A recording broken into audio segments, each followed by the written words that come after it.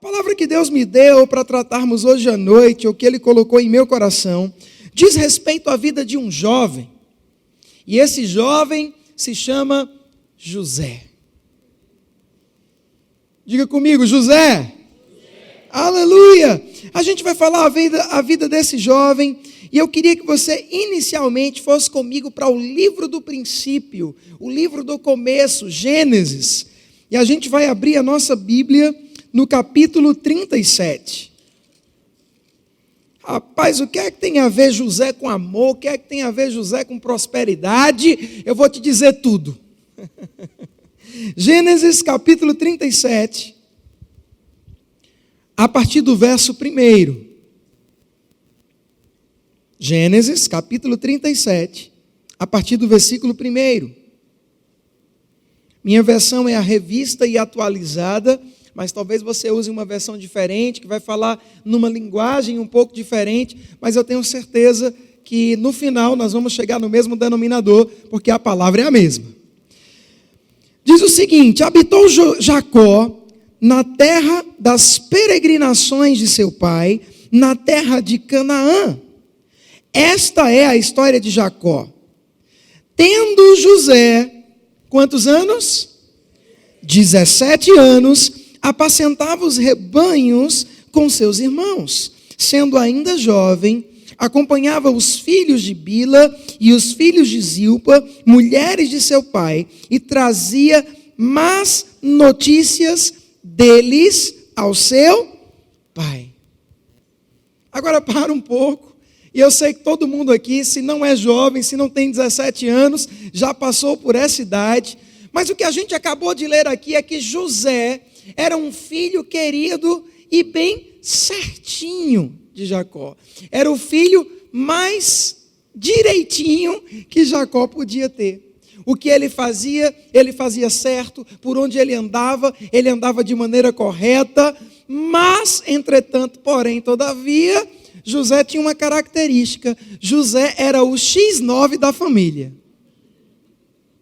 Alguém já ouviu falar nessa expressão? X9? José era o dedo duro. José chegava para o pai dele e dizia: olha, os meus irmãos não fizeram exatamente aquilo que foi ordenado não, hein? Os meus irmãos fizeram isso, aquilo e aquilo outro, e não agiram da maneira que deveria agir. E por causa desse temor e desse respeito que José tinha por Jacó, e por causa dessas entregas que constantemente José fazia a respeito dos seus irmãos, o sentimento que os irmãos de José desenvolveram sobre ele não foi nada bom. Nós já sabemos o que acontece com José inicialmente, mas eu quero ler um pouco mais a respeito dessa história para a gente chegar naquilo que Deus deseja para nós na noite de hoje. Versículo 3. Ora, Israel amava mais a José que a todos os seus filhos, porque era filho da sua velhice, e fez Jacó para ele uma túnica de talar de mangas compridas. Vendo, pois, seus irmãos que o pai o amava mais que a todos os outros filhos, odiaram-no, e já não mais lhe podiam falar pacificamente.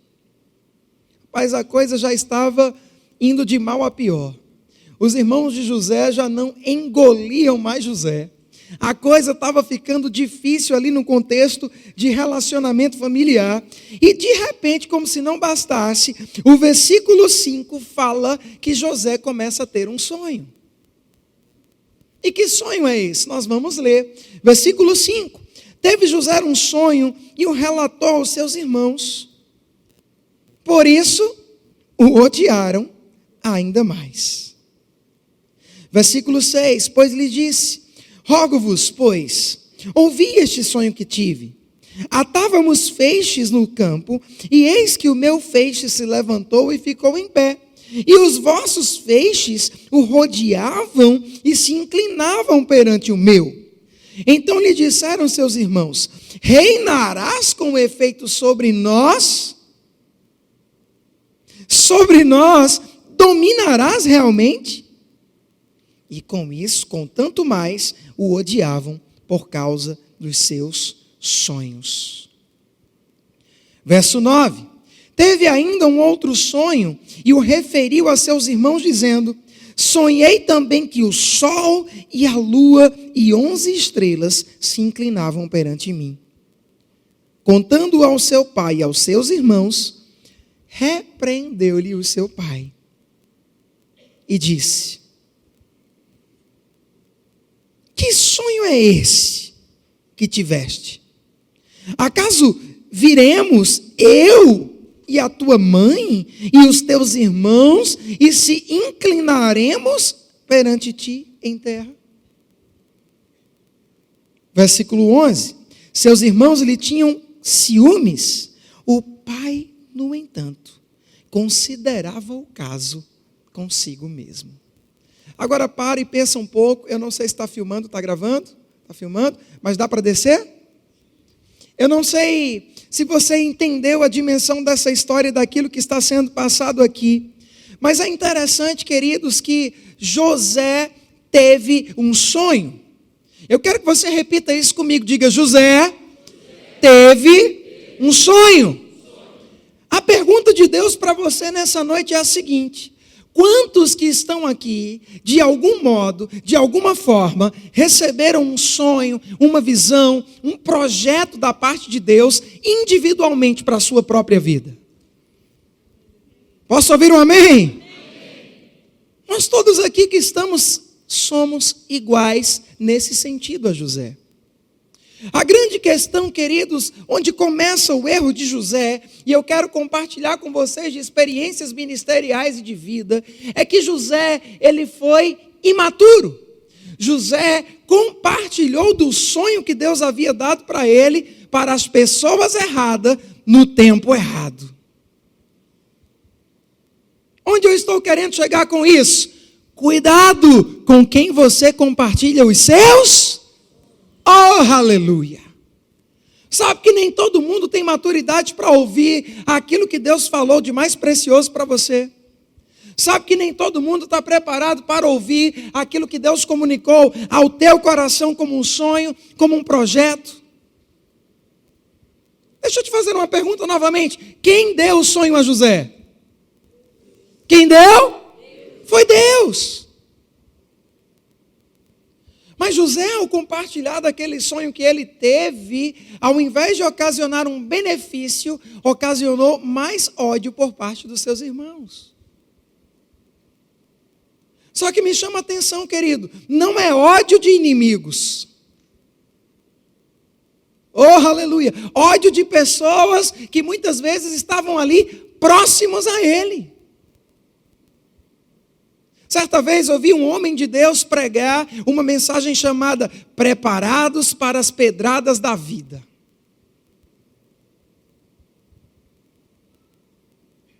E nessa mensagem esse homem de Deus falava algo interessante. Ele dizia: se alguém que estiver, por exemplo, lá no shopping Bauru agora, pegar uma pedra e disser: olha, como é o nome? Nathalie. Ou Nathalie, eu vou pegar uma pedra agora e eu vou arremessar contra você. Você estando aqui na igreja, você vai ter medo?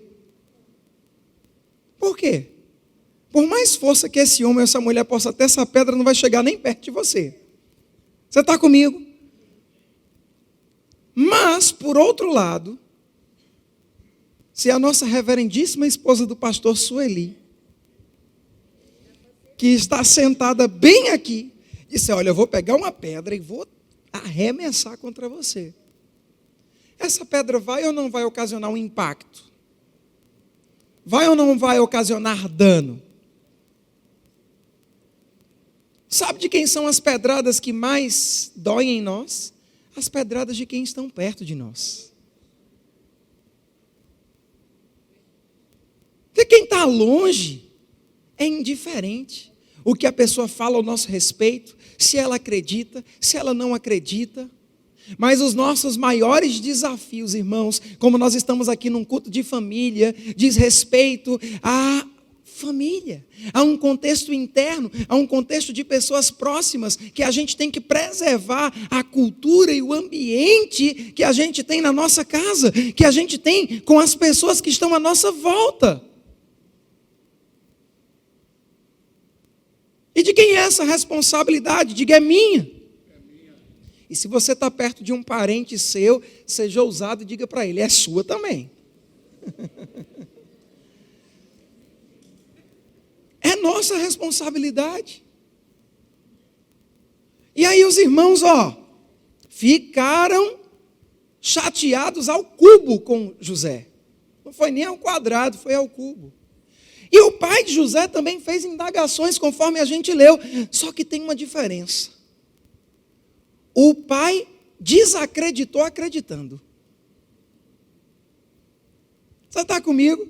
Porque o versículo diz que no seu íntimo, ele considerou aquelas palavras de José. Ele disse, esse menino parece estar doido. Mas será que ele está doido mesmo? Tem algo de especial na vida dele. É provável que isso um dia possa acontecer. Quem está aqui?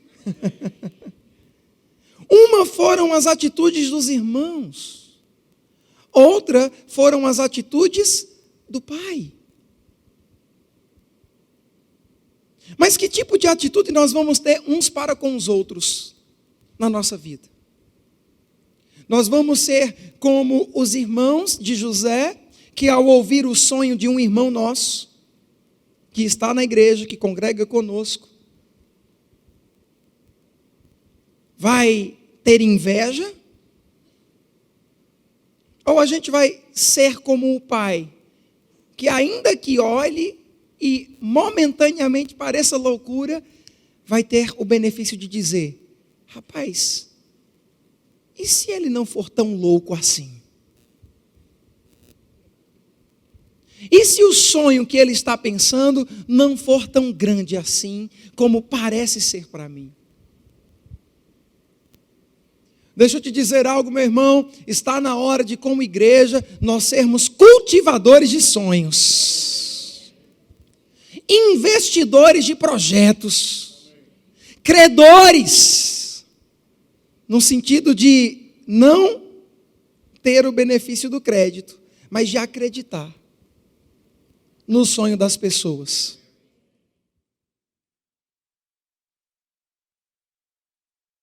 Meu irmão, nós estamos aqui diante de filhos de Deus. E Deus não tem nada de ruim para os seus filhos. A vontade dele é boa, agradável e perfeita. E pela fé e em amor, eu quero que você olhe para quem está do seu lado e diga, eu acredito nos sonhos de Deus para você.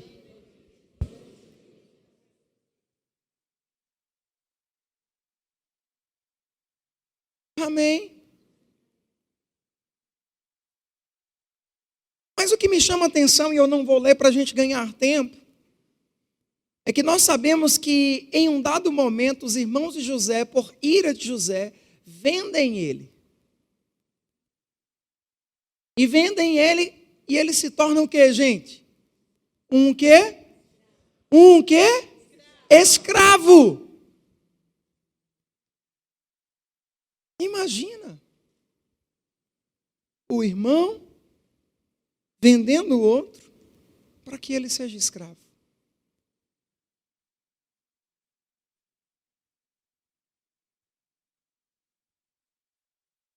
Eu fiquei me perguntando algumas vezes, pastor. Eu disse, José era um menino obediente. José era um menino temente a Deus, temente ao seu pai, fazia toda a vontade do seu pai. Será que tem algum crente aqui temente a Deus? Será que tem algum crente aqui que faz a vontade do pai? E eu fiquei me perguntando, por que é que José é tão temente a Deus e ainda assim se sucedeu o que se sucedeu com ele? Porque às vezes a gente acha, meu irmão, e aí vem uma revelação santa para você, que o fato de ser filho de Deus, que o fato de ser temente a Deus nos isenta de termos episódios difíceis na vida. Mas eu quero te dizer, nem sempre. A Bíblia falou: no mundo tereis, mas, tendes o quê? Bom ânimo. Porque eu, Jesus, venci o mundo por você. Eu já quero te abrir um leque aqui, meu irmão, e te dizer: não importa que tipo de adversidade você passe, não importa que tipo de pressão você enfrente, não importa que tipo de perseguição venha sobre você, o seu final vai ser glorioso. Quem garante isso? A palavra. E aí José é vendido, e eu vou subir para a gente ler alguns outros textos. E ele chega ao Egito. Perceba a condição. José estava em Canaã. Canaã é terra prometida, terra que mana leite e mel. José era rico. José tinha tudo que tinha de suprimento para a vida dele. Jacó mandou fazer para ele uma túnica, conforme a gente pode ler, e uma túnica não qualquer, uma túnica cara, fina, elegante, e túnica também é sinal de revestimento de autoridade. José era um jovem rico, cheio de autoridade, temente a Deus. E aí, de repente, perceba a ordem do caos se instalando na vida de José. De repente, aquele jovem que tinha todas essas condições reunidas sobre ele é vendido por escravo. E aí a gente chega em Gênesis capítulo 39.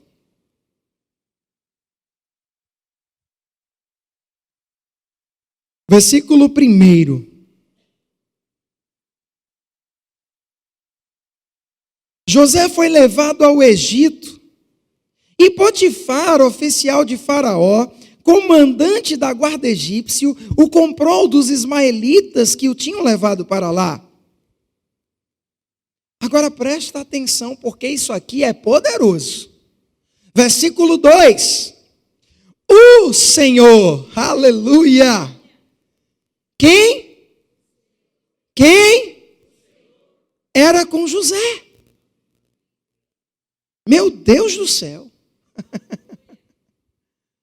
O Senhor era com José, que veio a ser homem. Meu Deus. Perceba uma coisa interessante. Tem muita gente aí fora, graças a Deus não aqui na igreja, atrelando prosperidade a dinheiro. E hoje eu estou aqui para te dizer, meu irmão, que prosperidade não é dinheiro. Diga, fala Deus. Prosperidade não é dinheiro, muito embora dinheiro esteja contido no pacote da prosperidade. Muito embora provisão esteja contida no pacote da prosperidade, mas prosperidade é muito mais do que isso. Porque, meu irmão, a Bíblia está dizendo o seguinte, que José não estava mais em Canaã, que José não estava mais com a sua túnica linda e maravilhosa de autoridade. Se fosse nos dias de hoje, diria que José não está usando Montblanc, não está usando Zara, ou o que você quiser de grife ou de marca. Mas ele está limpo, esvaziado, desproveniente de riqueza natural. Você vai entender onde a gente vai chegar. Mas a Bíblia disse que quem era com José? Quem era com José? Que veio a ser homem próspero.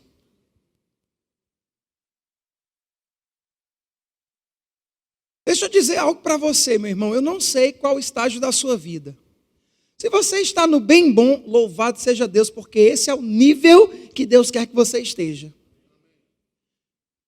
Vai ser vacina para você, mas se você não está, se você está numa situação difícil aqui hoje, eu quero dizer para você, não importa o quão difícil esteja a sua situação, se você é filho de Deus, o Senhor está contigo. E isso é suficiente. Porque o segredo, meu irmão, não estava em Canaã. O segredo não estava nas roupas que José vestia. O segredo estava em quem estava com José. Certa vez eu estava em Rio Preto e um microempreendedor, empresário, como você preferir chamar, ele me disse: olha, pastor, eu queria muito que você orasse pela minha empresa, pelo ambiente da minha empresa. Eu digo: tudo bem, tá bem, vou lá, vou orar com você. E quando eu cheguei lá, eu disse algo para ele que mudou a vida dele. Eu disse: fulano de tal, entenda algo, não são as quatro paredes, é quem está com você.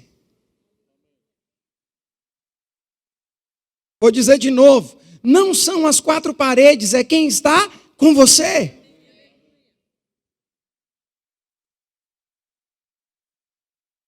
Porque, gente, quando a gente começa a avaliar a vida de José, a gente vê José numa pior, como escravo. Mas a palavra disse que ele veio a prosperar. E sabe o que é interessante? A prosperidade de José era visível, era evidente.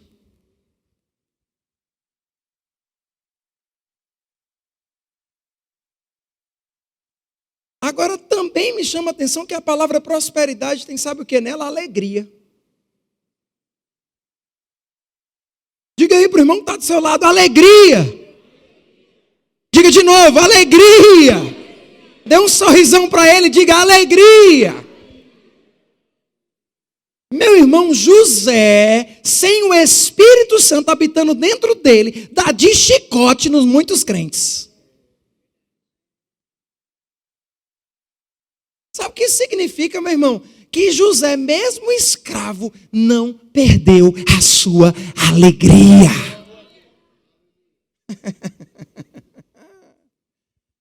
Ele não perdeu a sua alegria.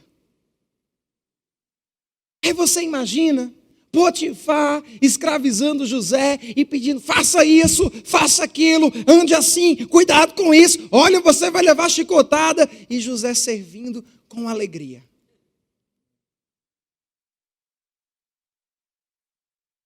Pergunte aí para quem está do seu lado: se fosse com você, crente, o que é que você faria? Se fosse uma perseguição no seu trabalho, como você faria? Diga de novo: fala, Deus. Aí José deu uma resposta, e a resposta de José era alegria. José andava em alegria. Não importava o que fizessem a ele, não era o que faziam a ele que mudava José, mas era José, a essência de quem ele era, que mudava o que faziam a ele.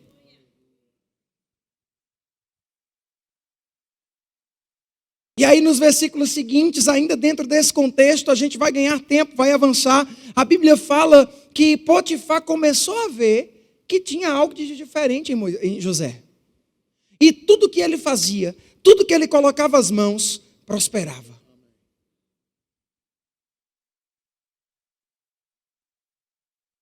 Deixa eu dizer algo para você, meu irmão. É uma promessa. Tudo que você fizer vai prosperar. Tudo que você fizer vai dar certo. Não é porque você é lindo, não é porque você tomou um chá de terno, não é porque você colocou uma roupa bela, é porque o Senhor é com você. Diga comigo: o que eu fizer já deu certo. Diga: diabo, sai da frente. O Filho de Deus vai passar.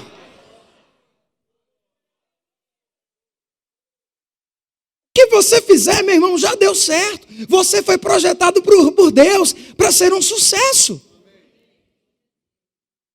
Mas isso não significa que oposições não venham. Vieram para José, mas mesmo as oposições chegando, ele se manteve alegre. E aí, meu amigo, o que é que acontece? José agora é colocado numa posição, ainda que como escravo, privilegiada. José passa agora a ser mordomo ou administrador da casa de Potifar.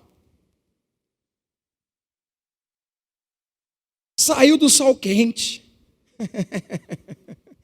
Saiu do trabalho da enxada. Foi trabalhar como administrador, foi promovido.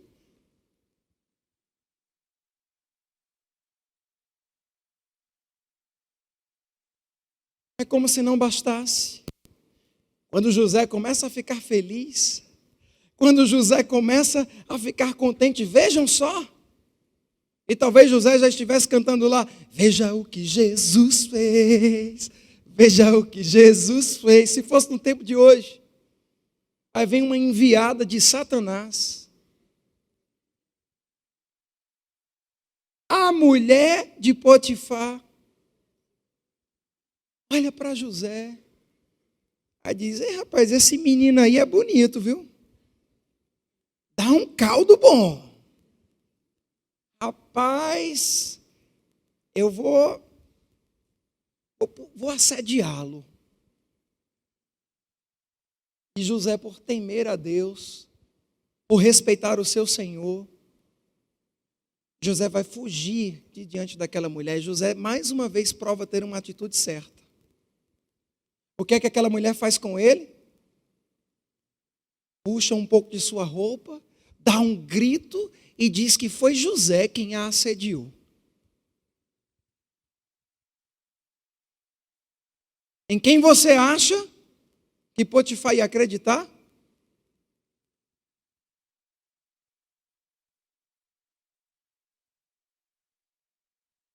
Aí veja só a vida de José. Canaã, Egito, começa a subir mordomo de Potifar e agora desce para a mais tenebrosa prisão.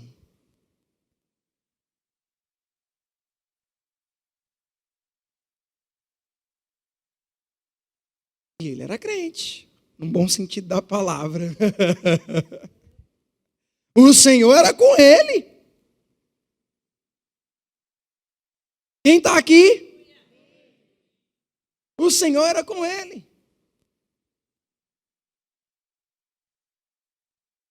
Mas como diria um personagem já outrora esquecido por muitos de nós, qualquer um poderia estar desanimado, desmotivado, mas por Deus, não era Joseph Klimber, mas era José. Não desistia de crer na promessa, não desistia de crer na palavra.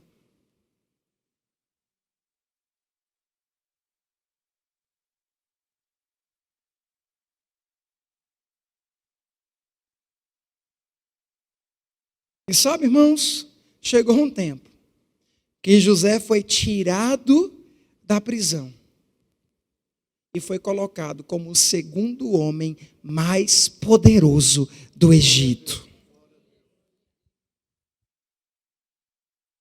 Ele não era mais governador da casa de Potifar. Ele era governador de todo o Egito.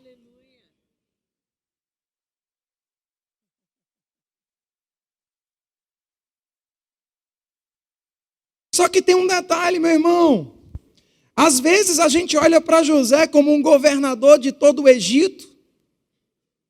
E a gente olha, de repente, para um ministro bem-sucedido. E a gente olha o caminho dele, olha a pregação dele, olha a palavra que ele prega, olha o ensino que ele faz, olha os dons fluindo através dele, olha o empresário bem-sucedido. E a gente diz, é isso? Eu vou ser como ele? Eu quero o que ele tem? Mas eu te pergunto, você está disposto a pagar o preço que ele pagou?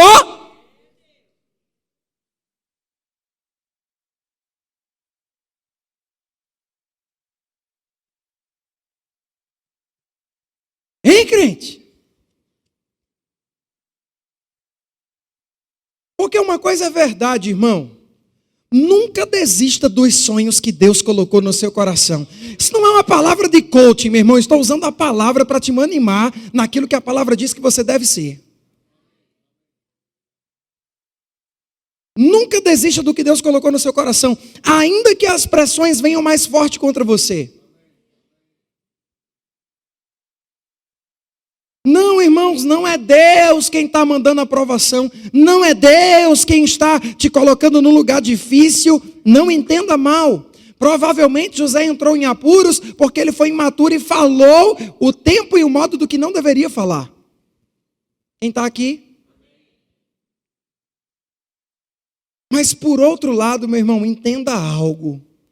Quão maiores forem os níveis de pressão aos quais você for submetido, maior será a sua projeção de lançamento. Vou dizer de novo. Quão maiores forem os níveis de pressão aos quais vocês forem submetidos, maior será a projeção do teu lançamento.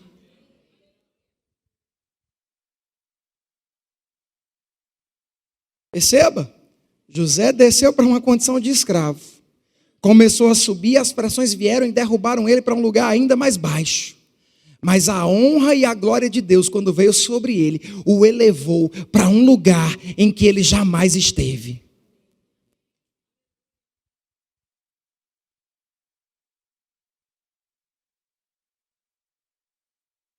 Quantos aqui querem promoções? Vou perguntar de novo, quantos querem promoções? Misericórdia, metade da igreja, o resto quer ficar estagnado. Quantos querem promoções? Para a família, para o trabalho, para a sua vida.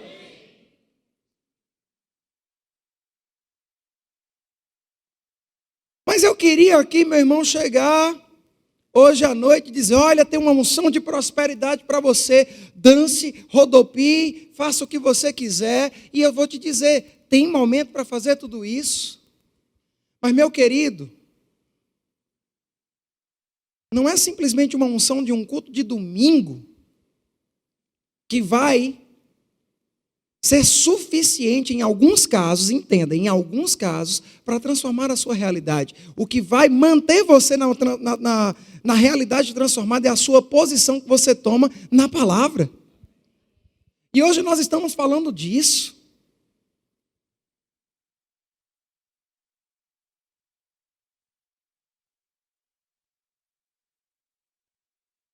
Porque quando a gente acha que a gente já viu tudo de José, José nos ensina um pouco mais.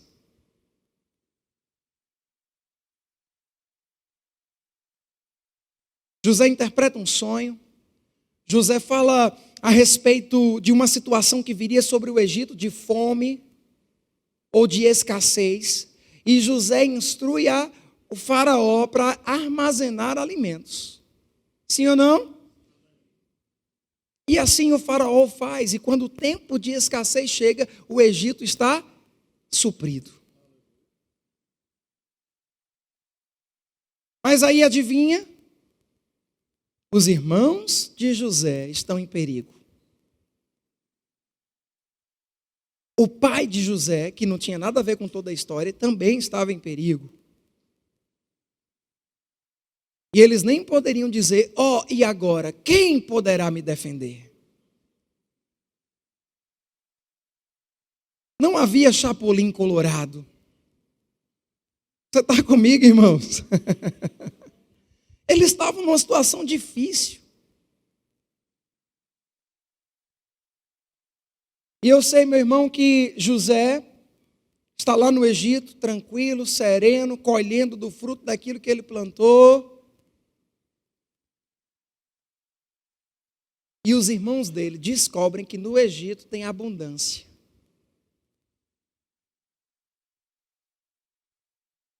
Olha a troca. Canaã era a terra que mana leite e mel, mas era no Egito que estava a abundância. Sabe por quê? Porque José estava lá. Porque Deus estava com ele.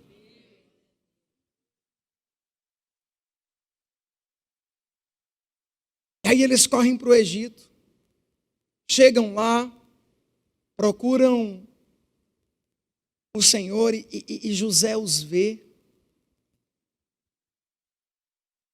Mas sabe o que me chama a atenção? Que José olhou para eles E ao invés de dar o troco, ao invés de cantar sabor de mel,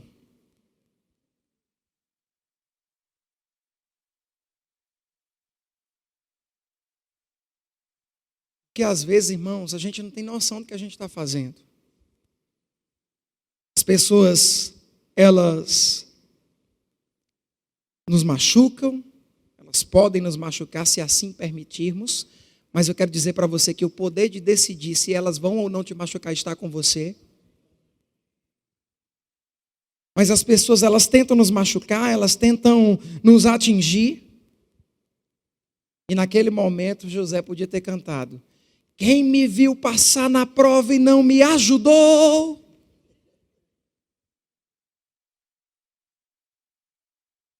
Ou podia ter cantado: naquele dia, quem me vendeu como escravo e a mim não amou, agora vai se arrepender.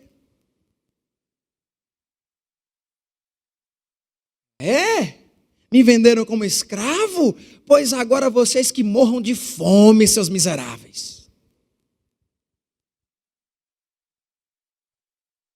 Pois vocês que fiquem agora nessa situação.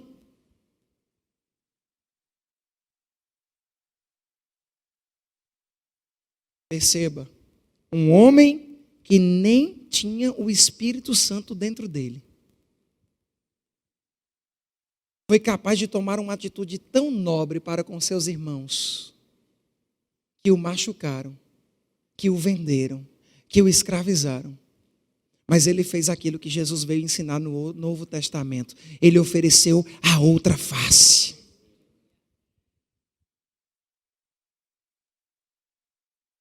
Agora eu estou encaminhando para um encerramento. Eu vou perguntar para você, e eu quero que você seja honesto e você seja intenso mesmo. Quantos aqui querem, de fato, manifestar prosperidade na sua vida? Vou perguntar de novo. Quantos querem manifestar prosperidade na sua vida? Quantos estão dispostos a pagar o preço que José pagou? O amém diminuiu.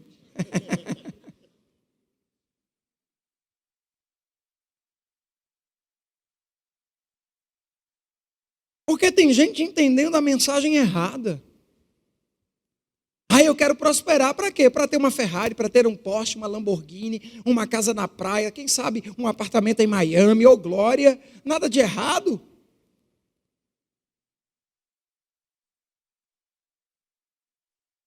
Mas o maior propósito da tua prosperidade não são os teus caprichos, mas o maior propósito da tua prosperidade é que Deus possa usar da tua vida para que você seja um celeiro de provisão para todos aqueles que estão ao teu redor, inclusive os que te perseguem.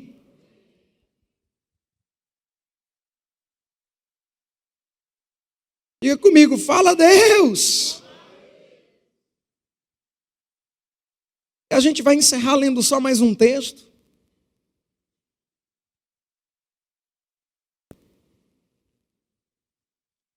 Gênesis ainda no capítulo 42.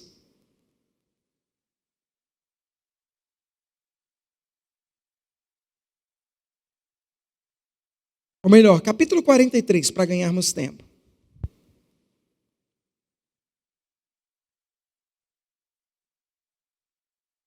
Versículo 26.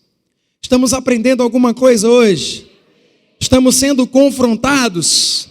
Meu irmão, não sei você, mas eu gosto de palavra que me confronta, porque a palavra que me confronta é a palavra que me faz crescer. Gênesis 43, verso 26 diz: chegando José à casa, trouxeram-lhe para dentro presentes que tinham em mãos e prostraram-se perante ele até a terra. Ele lhes perguntou pelo seu bem-estar e disse: vosso pai, o ancião, de quem vocês falavam, vai bem, ainda vive? Meu irmão, eu estava ali sentado, agora eu não estou me emocionando, mas eu estava ali sentado e eu me emocionei. Porque José amava seu pai. Você tem noção que os irmãos provocaram José ficar distante da pessoa que ele amava? Ei, naquele tempo não tinha FaceTime, não.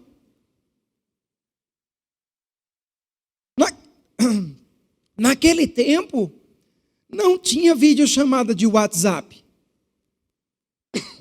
Nem tinha telefone. Imagina como foi para José viver anos e anos da sua vida sem receber uma notícia de seu pai, sem sequer saber se ele estava vivo.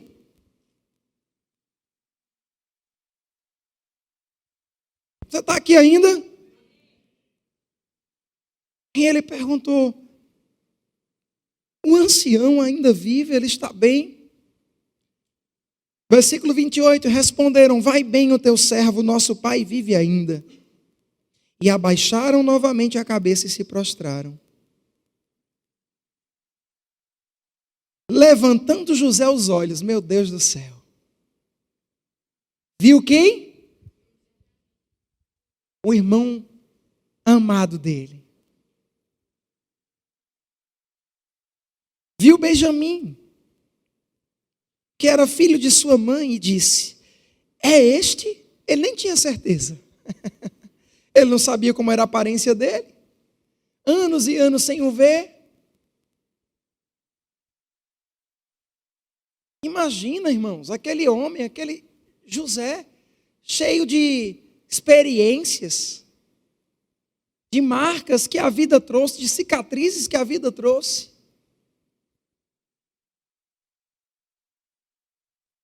Aquele momento tendo memórias, lembrando, brincando com Benjamim, tendo comunhão com Benjamim, e ele olha para aquele homem e diz: é esse aí?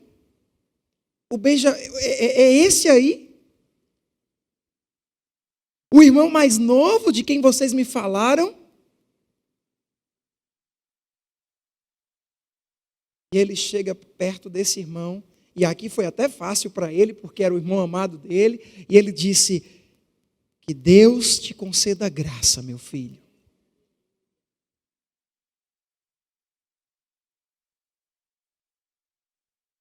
Aleluia. Mas veja o verso 30. José se apressou e procurou onde chorar, porque se comovera no seu íntimo para com seu irmão. Entrou na câmara e chorou ali. Depois, lavou o rosto e saiu e conteve-se. Eu gosto disso, conteve-se. Sabe o que isso mostra para a gente? Que José dominou as suas emoções. Olhe para a pessoa que está do seu lado e diga: crente, aprenda a dominar as suas emoções.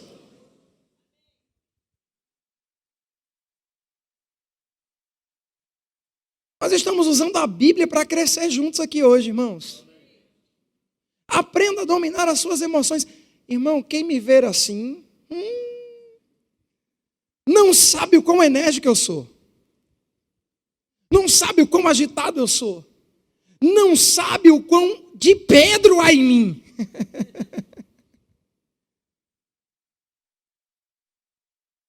Mas a gente tem que aprender, irmão, a morder a língua. A gente tem que aprender, irmão, a se controlar, porque eu vou te dizer, eu amo o temperamento que eu tenho. E se eu pudesse escolher, eu escolheria ser como Pedro de novo. Porque nenhum temperamento é ruim, a gente só precisa canalizar ele da forma certa. Você está comigo? Mas tem hora, irmão, que a gente tem que colocar a língua entre os dentes e morder, ainda que doa. Ainda que saia sangue, porque se a gente falar uma palavra cheia de emoção no momento errado, a gente pode colocar tudo a perder.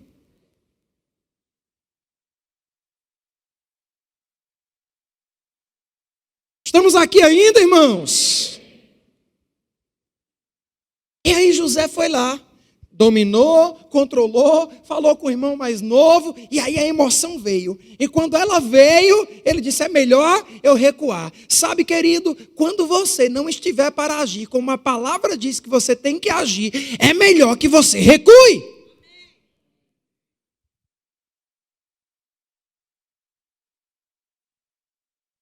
É melhor que você se recolha por um tempo.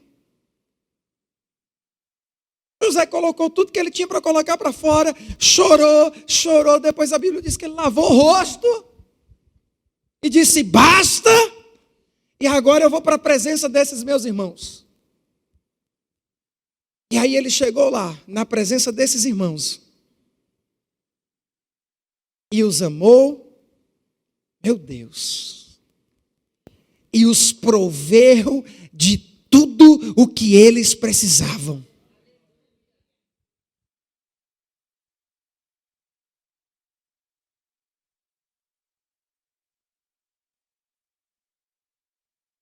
Você está pronto para prosperar, meu irmão?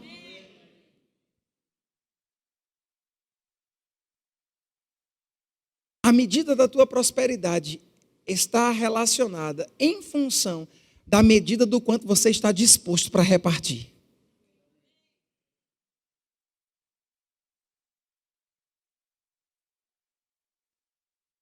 E não só com amigos. E não só com os que te fazem o bem, mas com os que te perseguem. Uhul! Aleluia!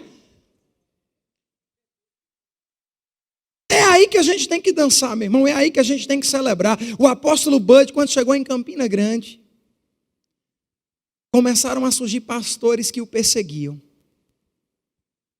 e falavam mal contra ele. E alguns Pedros quiseram se levantar e cortar a orelha dos pastores. Alguns Pedros quiseram se levantar e fazer justiça própria. Pastor, isso não é justo. A gente te conhece. Não pode ser assim. O Senhor tem que se defender, pastor. Ele dizia, calma. Você não vai me defender em lugar nenhum. Porque é Deus quem me justifica.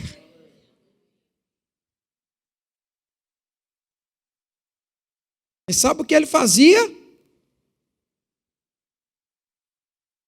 final do mês, pastor que tinha a língua maior do que o corpo, estava passando por necessidade, não tinha o que comer. Ele dizia, vai lá, faz um mercado para ele, uma feira boa, generosa, e coloca na porta dele. Uhul! Aleluia! E por muitos anos ele fez isso. E sabe o que aconteceu com o apóstolo Bud? Prosperou.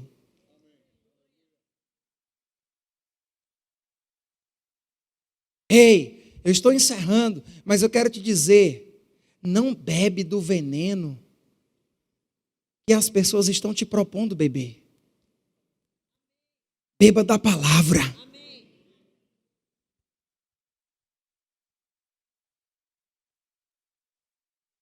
Ah, pastor, mas eu vou te dizer, você está falando disso porque você nunca viveu. E se eu te disser que eu já vivi? E se eu te disser que eu estou falando exatamente o que eu provei, e é por isso que eu posso falar com autoridade? Ah! Uhul! Porque meu irmão crente, nascido de novo com o Espírito Santo, chegou uma época na minha vida que me fizeram algo, que me apunhalaram pelas costas de um jeito, que tudo que eu queria era pegar o camarada e esganar pelo pescoço. Parece engraçado, não é? Eu também achava. Eu falava, meu Deus. Até que aconteceu comigo. Quem está aqui ainda? Oh, glória! Irmãos, ninguém sabe, mas minha esposa que me acompanhou e viu sabe o que eu enfrentei. Sabe os leões e os gigantes que eu tive que matar.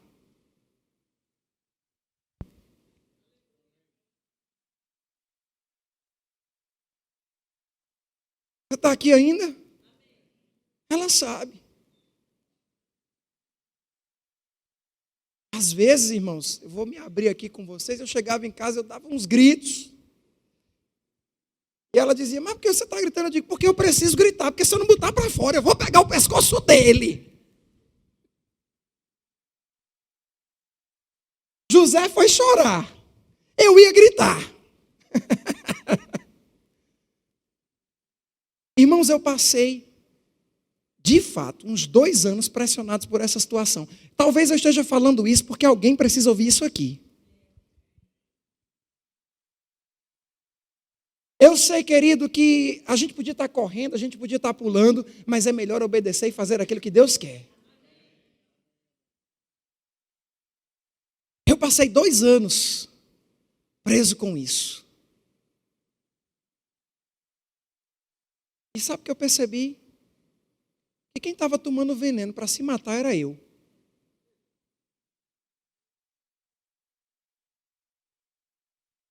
Tudo bem. Olha, se tem uma coisa que eu tenho um senso, meu irmão, que me incomoda, que me inquieta, é a tal da injustiça. Rapaz, eu fico, aleluia. Tem que respirar.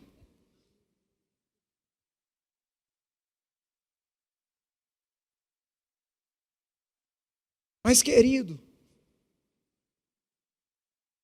eu comecei a olhar, aí vi a pessoa avançando, fazendo tudo que tinha que fazer, como se nada tivesse acontecendo. A pessoa maravilhosamente bem e eu doente, adoecendo. Quem está aqui?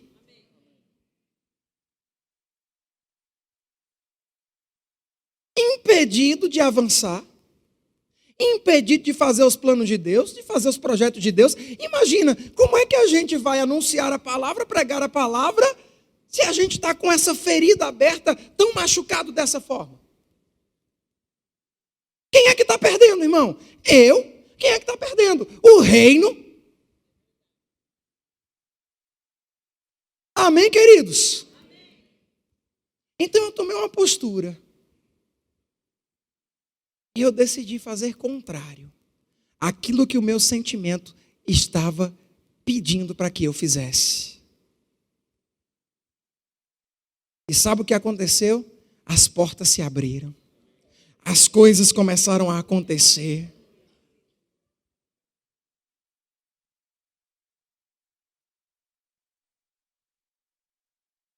Eu vou encerrar com isso.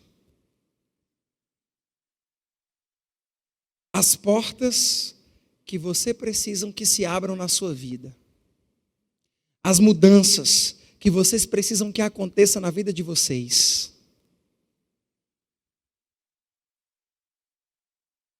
Elas não estão.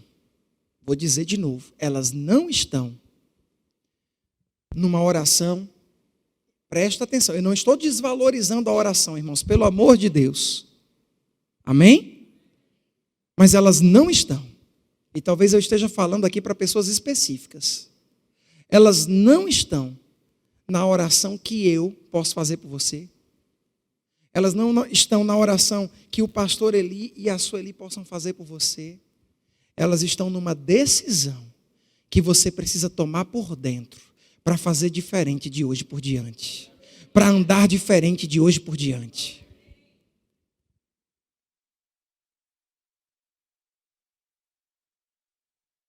Porque se, me permita usar essa expressão, um pirralho de 17 anos foi capaz de processar tudo isso e em anos ficar bem, eu vou te dizer, você é maior do que qualquer coisa que possam estar te fazendo.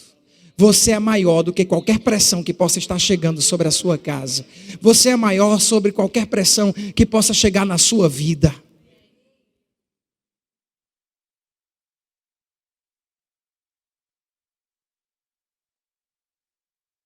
José podia ter escolhido o caminho da amargura. José podia ter escolhido o caminho do ressentimento.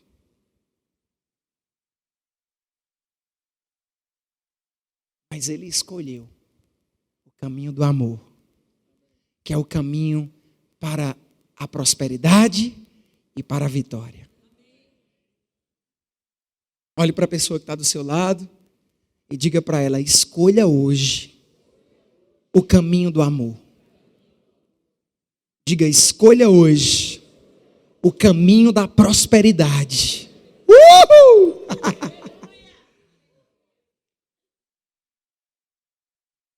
E você vai ver o que Deus fará, não só na sua vida, mas através da sua vida. Amém? O pastor estava falando a respeito da arca e eu fiquei tentado até a mudar a ministração. Quase que eu ia ministrar sobre vem com Josué lutar em Jericó. Mas Deus diz para mim, tem pessoas precisando ouvir isso. E uma coisa que eu aprendi com um velhinho, que foi meu pastor lá em Solânia, na cidade de 30 mil habitantes, ele disse: nunca pregue o que o povo quer ouvir, pregue o que ele precisa. Ele disse: nunca pregue para levantar uma plateia, para ouvir aleluia, glória a Deus, a não ser que assim Deus o queira. Mas faça o que Deus quer, porque mais vale agradar a Deus do que agradar aos homens.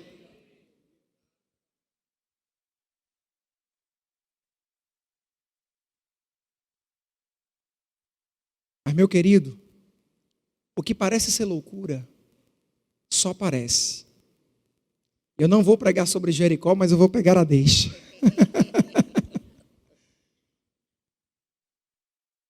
Ele disse o seguinte para Josué: rodeia a cidade por 7 vezes.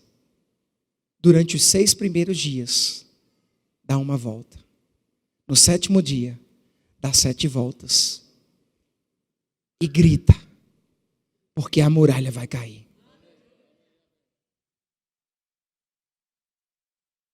Presta atenção para você agarrar o que eu estou dizendo.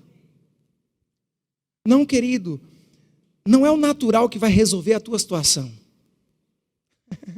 Não é a força do teu braço. Não é o teu plano A, não é o teu plano B, não é a tua forma de pensar, a tua forma que você acha que tem que agir, é como Deus fala.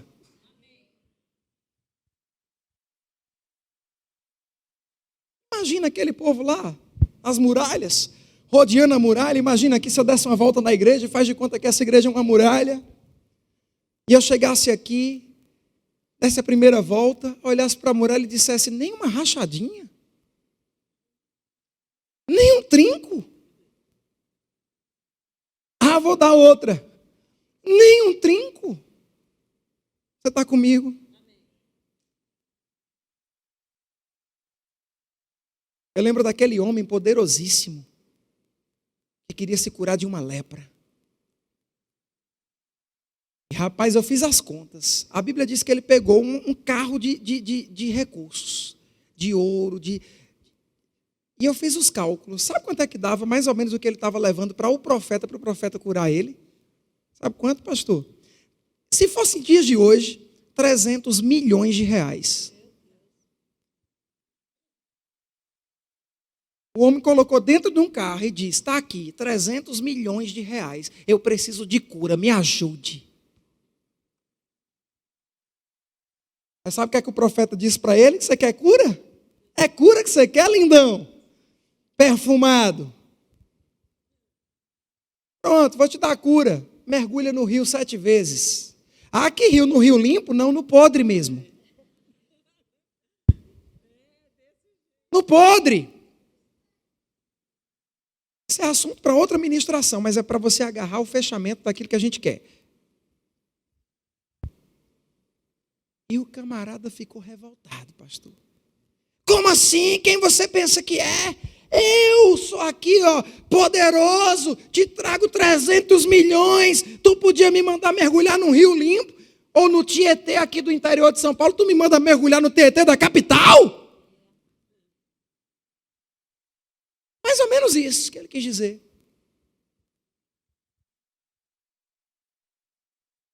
Mas sabe onde é que estava o milagre do homem? Na quebra do orgulho dele. Sabe onde é que estava o milagre dele? Na transformação por dentro. Não era importante as águas que estavam lavando ele por fora. Era importante a água que precisava lavar ele por dentro. Não, querido, não é de uma forma natural, não é como você quer. Se Deus está te dando um comando, obedeça, Ele tem a cura para você. Ainda que você dê a primeira volta e pareça que nada está acontecendo, ainda que você dê a segunda volta e pareça que nada está acontecendo, quando você chegar na sétima, que você gritar, as muralhas vão cair. Não por causa das voltas, não por causa do grito, mas por causa da tua obediência e por causa da arca, que é a presença. Eu encerro dizendo isso. O Senhor era com José, que veio a ser homem próspero. O Senhor é contigo. O Senhor é contigo. Obedeça aos comandos dele, para que você venha a ser o homem próspero, a mulher próspera, exitoso que ele deseja que você seja.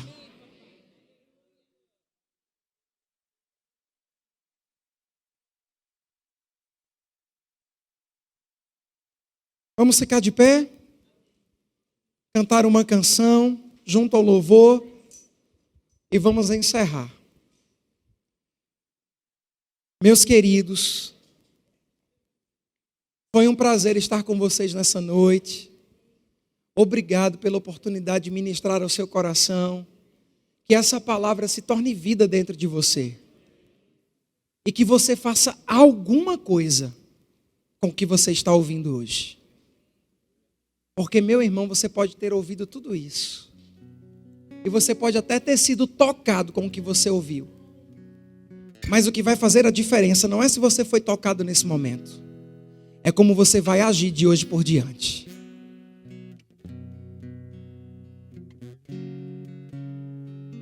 Você está comigo? Feche os teus olhos, vamos fazer uma oração.